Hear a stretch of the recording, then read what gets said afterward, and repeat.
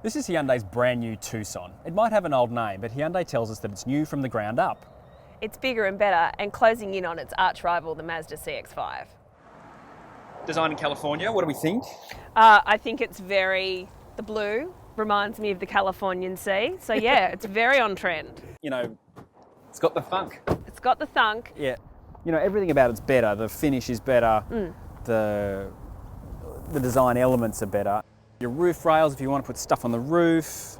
The thing about the Active X2 you need to know is it's got the 18-inch wheels. Yeah, I like the wheels, they're nice. So I'm quite taken with the interior of this. It's a big step up, again, from the iX, which was a little bit bitty and plasticky. I mean, it's obviously still plastic, but everything kind of, the stuff you touch feels quite nice, like the steering wheel and the shifter. I love the cup holders, the two-size cup holders. Life changer for me. Well, there's nothing worse than when you have a little coffee in a big holder and it splashes everywhere. They've clearly got the busy mum market. Yes. Yes. Check. Yep. I like the multiple options for device charging. So you've got your USB, but you've also got two 12-volt chargers. Yes, there are two 12-volt chargers. And one in the back as well. So for a multi-device family, which, let's face it, we all are. Yes. I think that's a great touch as well. So the Active X has just normal air conditioning, whereas the upper models have the dual zone, but I've never ever found that to be much of a problem. It's pretty good for a low spec car. Everything's on the steering wheel here, so you've got cruise control and your stereo, which is very good. I quite like that because you just flick away and it's much easier. And cruise control on this lower model I think is quite a nice inclusion. Again, the Active X has this leather. There's a little asterisk on the leather. It's not all cow leather. Some of it's not real. Wait for it.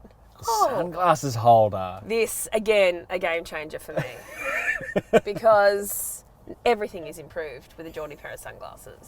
So there's enough room for feet and a bag. And a child. Oh, Mum, are we there yet? Oh, I've been wanting to do that for years. So let's, you can talk all your fancy engine and torque and litres. Yep, but let's because I'm talk a boy. Because you're a boy, but let's talk about, not to just, have fairly defined gender roles, let's talk about the important stuff, which is music and phone and, All right, so it's got Bluetooth, so it'll talk to any phone basically.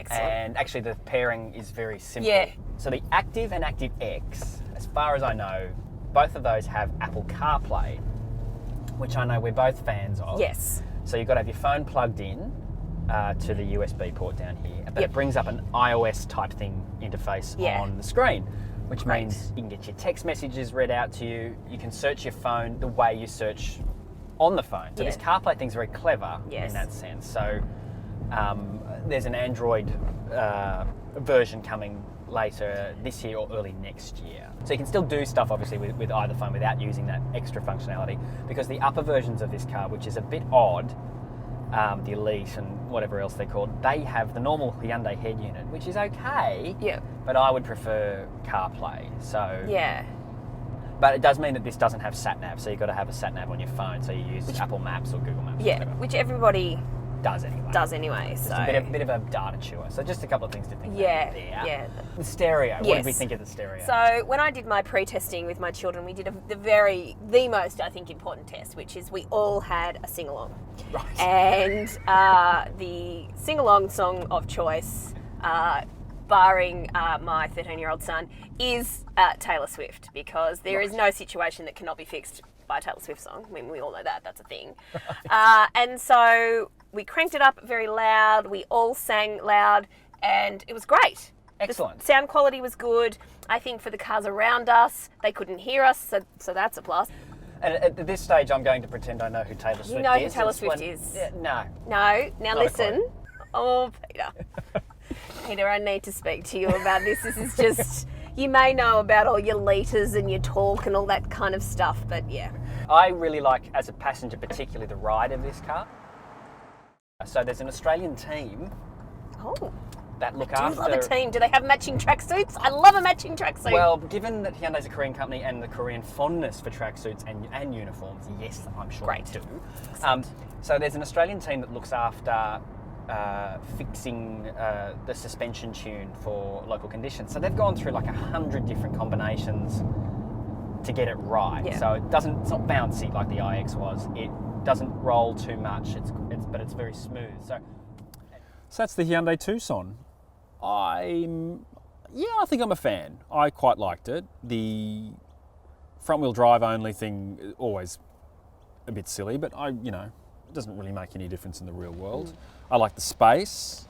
I like the driving position, and I'm quite happy with the engine and transmission. It's no Fireball, but not every car can be. So I think it's 3.5 out of 5. Yourself? Yeah, I would agree. 3.5 out of 5. For similar but different reasons. I sat in it. I knew exactly. I felt at home immediately. I knew where everything was. As you said, on the wheel with all the buttons and things. It felt good to drive. Yep. And it felt solid on the road. There was space. The kids got in and out of it easily, which is a plus. There was room for everything. It's a neat car inside that you can still live in. That's a good word, neat. It's a neat car. Yeah. For a messy family.